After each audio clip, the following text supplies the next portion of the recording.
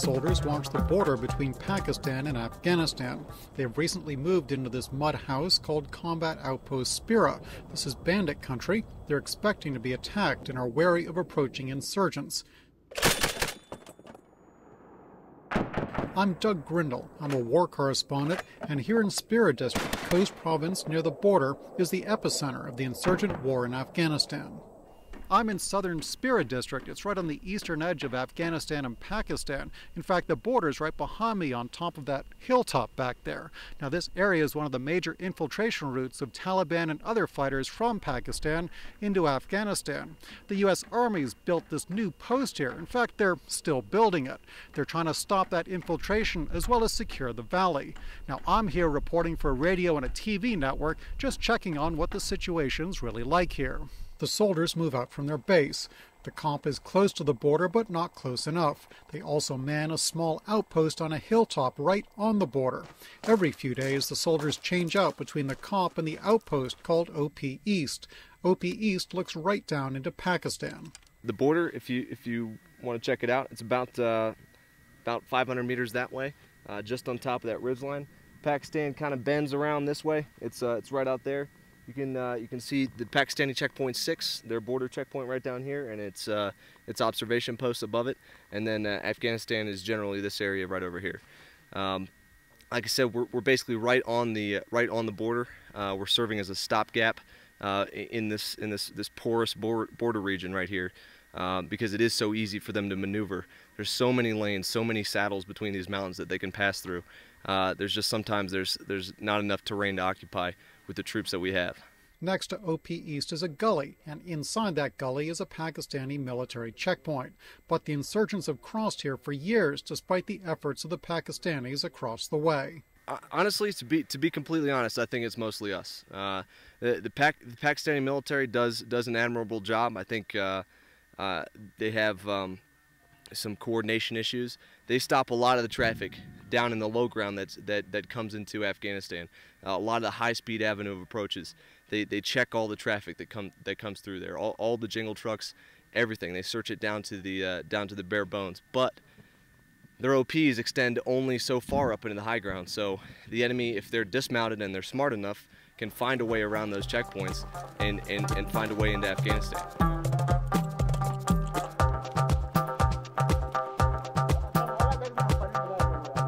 Another day and an Afghan man comes into the camp. He brings a couple of 107mm rockets, which are used by the insurgents to fire at the American and Afghan bases in this area. The soldiers pay about $100 per rocket. The next day they move out to see if they can find any more rockets in the hills. They're also looking for insurgents. Insurgents in this area attack the forward operating bases by firing rockets at them. The soldiers here are looking for a cache of rockets, which they figure are up in the hills behind me. Given the terrain, there's really only one way to get up there, and that's by walking. And if you want to cover those soldiers, there's only really one way to do that, and that's by walking with them. The Americans walk up and down these hills routinely. They're accompanied today by the ANA, the Afghan National Army, and their U.S. advisors, and also by the ASG, the Afghan security guards, trained by the Americans and essentially guns for hire. The ANA lead. This is a cat-and-mouse game, and the Taliban are an elusive enemy. This manhunting is a dangerous practice. See that base spot? Oh, yeah. You see that base spot first in front of you? I think pretty much everywhere here in southern Spira is. The soldiers haul over 60 pounds of gear. At the top of one ridgeline, they pause to take a breather. This is deep inside bandit country, where the soldiers seldom walk. This is supposed to be the Taliban's main exfil route through Pakistan. And we're here just trying to seize that. What's it like being out here? If this is like one of the main infiltration routes for Taliban, does it put you guys on edge, or is it sort of like just part of the day? Well, it's our job. You know, it's pretty exciting though. You know, we've been out here for 10 months, and you know, we've been getting a lot of action kind of on or off throughout the year.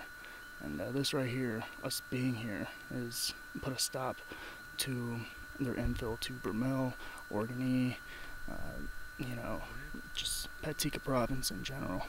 So, you know, we're pretty excited to be here, hoping that we can shut them down.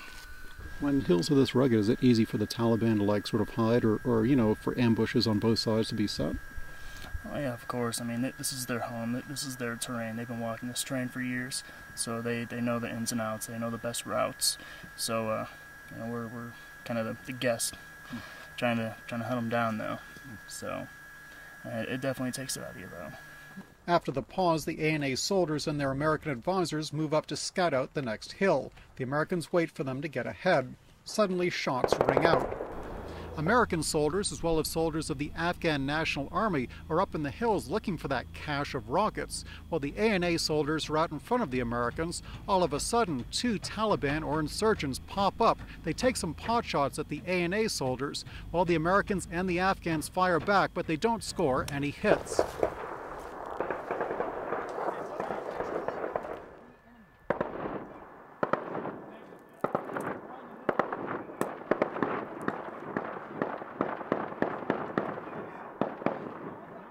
Okay, I can see your guys in the open down there.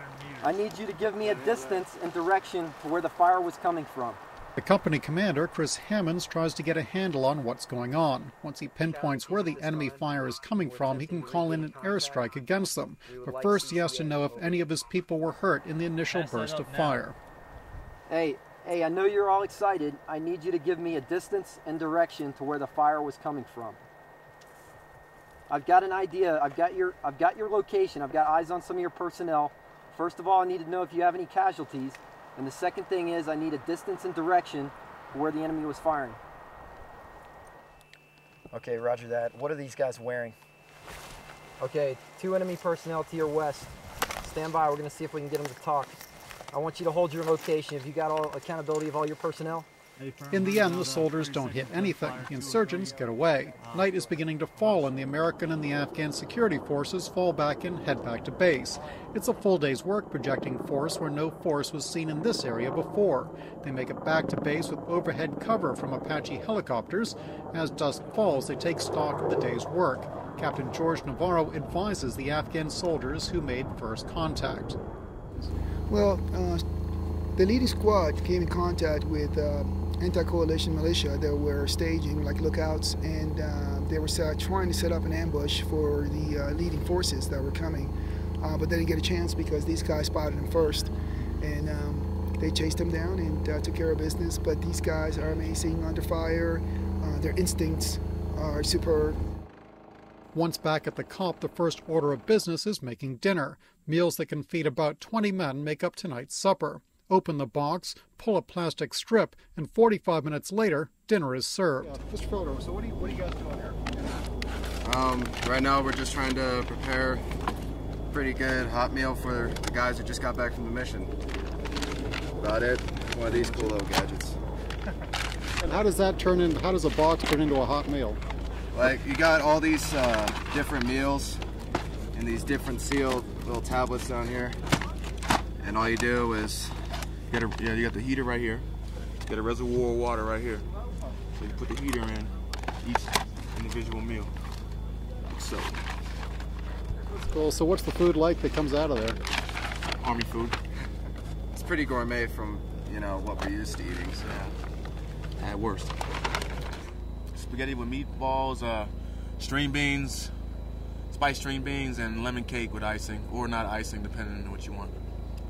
Kind of a usual sort of dish, or what? Yeah, they're really regimented. If you know what the first meal is, you'll pretty much know what the second dishes are, because they keep them, keep them consistent. They don't switch them around too much, but they're all good. The conditions at this outpost are pretty basic. The fortifications are made of sandbags, electricity comes from generators, and there are no showers. It's pretty rough living, but everyone just makes do. If you guys are up here, what do you do for showers and change of clothes and stuff like that? Well, we don't do much about that, actually. We don't have that luxury out here yet. Maybe in the future this place will turn out to be another fob, but right now it's just pretty basic. You got a place to sleep, roof over your head to keep you dry from the showers that we get. That's pretty much it. We got our box meals. And what do you think about what's the noise over here? What is that, planes or something? What's going on with that? We got a couple of Apaches flying overhead, trying to see if they can find anything in the area, trying to keep our guys covered. That's pretty much about it.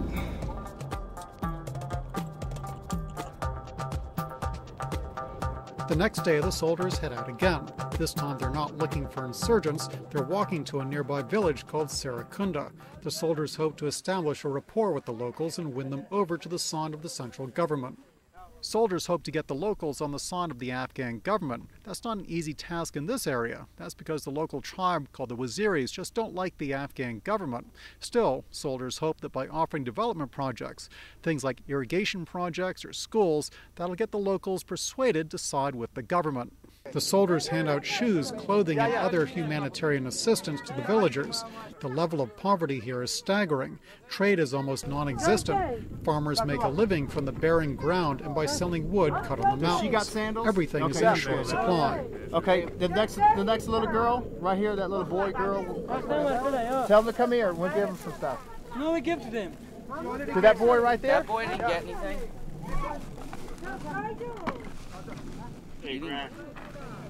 Okay, let's give him, let's see, what size? Okay, give him a small pair of shoes, black pair, sandals. That's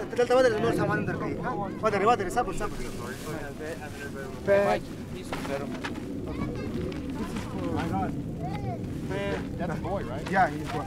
Okay. Here, give him this, Mikey. Can I give him the food? Yeah. Yeah, absolutely. All I got is girl. Here, this is for him too. Here. Okay, now this little boy. Bless his little heart. The soldiers make the little kids of the village their first priority. Kids get shoes, prayer rugs, and even toys. One at a time, they step forward, the youngest kids first, and are loaded down with supplies and sent back to their houses.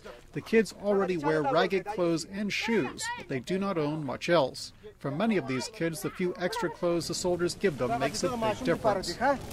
And this is for him. And go in there, get us some baby clothes for this little girl.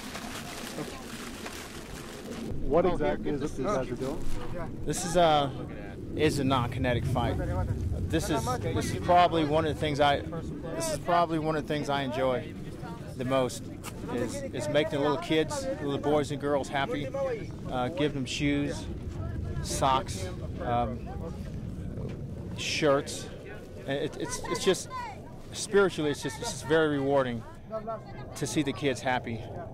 Although it looks like it's the kids like running around, I mean, at the end of the day, when they go to their kalats, I mean, this little boy right here, he's going to have shoes and socks because we provided that for him, and this is our future.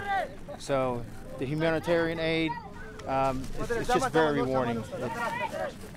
There's not enough words to describe how rewarding this is, and this is one of the things that I like to do when I'm out on missions. Hey, first I'm gonna control the crowd coming in here, so it's gonna get met. I'm gonna do 3 at a time. No, I know when you're done. Hey, Mr. Stedman, what do you think about all these Afghan kids, you know? I think it's great, you know. It just feels pretty good to come help them. Come on, buddy. Come on. I think it's good to, go ahead. It makes me feel really good to help them because, you know, as you see, they have not much hair. It's just a really good feeling to, little we can do for them. All right, bud, you're up. How much are these kids dressed in? You know, do they have a lot of stuff, or is this sort of like, do they actually need the stuff? I mean, they really do need the stuff, especially at night when it gets cold. As you see, a lot of them don't have shoes, and the ones that do have shoes, you know, they're not in the best condition. So it's also give them some new stuff to be a little healthier also. And the last thing about this valley, sort of like in the middle of nowhere, huh? Yeah, it's a little nerve-wracking, but we get security in place everywhere so we can help these kids out and get them some stuff. So. Yeah. Is this a hearts and minds thing, or you guys do it because it's, you know, you just have the stuff to give out? This is winning the hearts and minds. The little kids are our future, and when these little kids grow up, they remember this, and hopefully, you know, if the opportunity presents itself for them to go good or bad, hopefully these little kids remember times like this. So, yeah, it's the hearts and minds and a non-kinetic fight. There's been reports of the Taliban and insurgents coming over and essentially making the villagers give back to the insurgents, you know, things which have been handed out by American forces. Are you worried about that? Particularly for this town, we're not really worried about it. We were received very well. And as far as insurgents coming in this town, the elders would definitely tell us if that was the case. I can't speak for this town. However, I can't speak for all the other ones because we haven't been there just yet. Over. Meanwhile, other soldiers sit with the villagers in a meeting called a shura. The soldiers have brought the district governor. He's the Afghan official in charge of this village, but the security has been so bad here, he's never been here. Soldiers hope it's a new beginning. This is some of the villagers, I guess, said that it's the first time in 100 years they've seen the government. You know, does that indicate there's a long way to go in order to like extend, you know, get them on the side of the government, or is that just a good sign because it's, you know, first time in 100 years? No, I think it's a very good sign. You know, 100 years, that's probably some Afghan math going on, but I think it's a great sign. You know, the fact that we've been up here several times before and we've really never left anything with them, and now to come and say, you know, I'm going to bring a government official here that is actually your representative, whether you're aware of it or not. He's going to come in and he's going to assess your village, your situation that you're living in, your living conditions. And then he's going to take that away, and he's going to leave notes with us, notes with the government on things that he believes that needs to be improved and how he can, you know, help this become a better society here. So, yeah, I think that's definitely a step in the right direction. I mean, really, with the people that you're dealing with in this area, it's so bleak of an existence that, you know, anything is a step in the right direction. So. At the end of the day, the soldiers pack up and head home. Air cover follows the soldiers back to the COP, denying insurgents the chance to stage an ambush. The next day dawns, still no attack. Every day the soldiers are at this COP is another day the insurgents cannot get across the border into Afghanistan. By their presence alone in this valley, the soldiers are winning. They head out again, walking from hill to hill, looking to break up any attack insurgents might make against the COP. You guys are out walking around. What is it that you guys are doing today? Well, for the past 14 days, the enemy's been talking about hitting us from this direction and that, and basically we're out doing an area recon out to 2 kilometers away from our mission support site to really just be able to determine what their most likely approach to our mission support site is if indeed they're trying to attack us. Okay. And now when you guys are out here, the other day you're out, you're walking around, you run into some contact. I mean, do you expect the enemy to be out here when you're out here doing this? Yeah, absolutely. One of the villages to our immediate, the rear right here to our west, is where we believe they're holding out and actually being supported out of after they cross the border from Pakistan. So in order to protect themselves, they're putting up observation posts as well. So yeah, I expect to make contact. And not to be, you know, just wondering, does that mean that you guys are kind of like, I don't know, bait or something like that, since you're out here walking around, you know, and you, in the same way that you're not quite sure where the opposition might be? Well, of course, we're going to do our terrain analysis and use all the intel that we have, and then also using our different movement techniques to mitigate the effects that the enemy can have on us. And there's always a chance of contact, but the way that we move, like I say, we like to reduce the ability for them to strike us first, and we like to meet them on our terms. All right. And the last thing, you know, I take it that you guys are, by walking around, you're sort of taking the fight to the enemy. Is that sort of the idea, or is it, you know, I mean, it's sort of like their ground. They've been here for years, and therefore, you know, they kind of own the place. Well, I really got no interest in sitting back and letting them come and attack us. So, you know, that's, like I said, this is an area recon to determine how they're going to attack us. We know they're going to, it's just a matter of time. And so I'd like to get out here and screen them, get an idea where they're going to come from and how they're going to do it. The soldiers make for one of the highest points in the vicinity. It's a hilltop with a built-up fighting position used over the years, with a good view of the surrounding valleys and hills off to the west and the Pakistan border to the east. Just behind me is a combat outpost manned by the soldiers, as well they have a couple of other observation posts as well on the hills behind me. Then there's the Pakistan military border outpost and a couple of valleys where the insurgents come over into Afghanistan from Pakistan. So the soldiers are out here almost every day trying to stop that inflow. And in relation to where we're standing now, where's Pakistan again?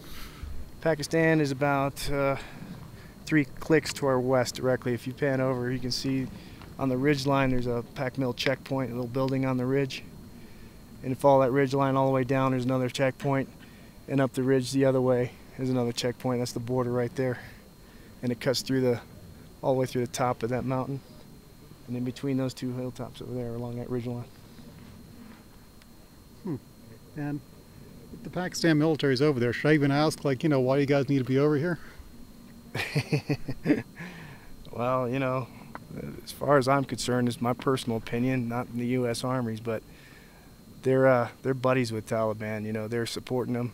As far as I'm concerned, just from what I've seen, we took fire on OP4 a few weeks ago, and their commander tried to tell us that it was some guys having a dispute over firewood in the middle of the night, but I saw red tracer rounds coming at my head, so I'm pretty sure that wasn't the case.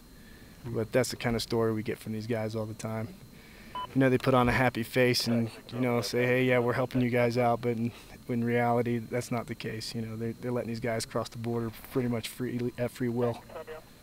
So it's just like the way life is on eastern border of Pakistan and Afghanistan, huh? Yeah, they tell you one thing and do another, Steady. We're steady. Yeah. So if we're standing here, like right next to the border, and the insurgents come across, where do they sort of end up going? I mean, farther to the west. Where would that be? Well, farther west and north to Margao and Guyane. And that's where they've consolidated in those villages. So this is pretty much their main avenue, transport line of supply and personnel. So right now we're really disrupting that, and we're hoping to we got this area over here locked down completely. Pretty much almost every avenue just locked down. When we got air support flying around, planes, they don't move. So like I said before, they're pretty aggravated with us because they can't move as freely as they've been doing. What's it like being up here, standing up here now, though? Is this sort of like, you guys been here for 10 months? Is this like kind of, I don't know, what's it? You must know this area pretty well by now. Yeah, it's like the major roads in your town. That's about how it is with us. I mean, our CO Captain Hammonds, he knows this area like the back of his hand. Sometimes he'll mention something, and I don't have to look it up on the map, but he's squared away.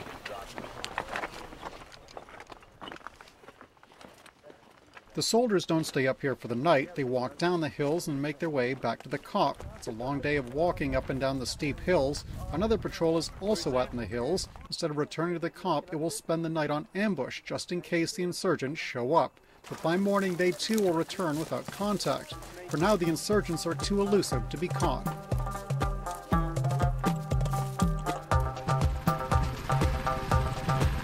Another day and the soldiers head to the helicopter landing zone. Army Black Hawk helicopters swoop into the valley, landing under the ridge lines that tower over the landing site. Air supply is vital in these hills because driving these valleys leaves soldiers open to insurgent ambushes. Air supply keeps vulnerable vehicles off the roads. This day I'll be leaving. After about a week on the border, my time here is at an end. After about 5 days and 4 missions here, it's about time to wrap up coverage. It'd be nice to get back and get a shower. Of course, the soldiers here haven't had a shower for the 2 weeks they've been here. I'll be following about 5 radio stories and 2 television stories, and then it's on to the next base with more coverage.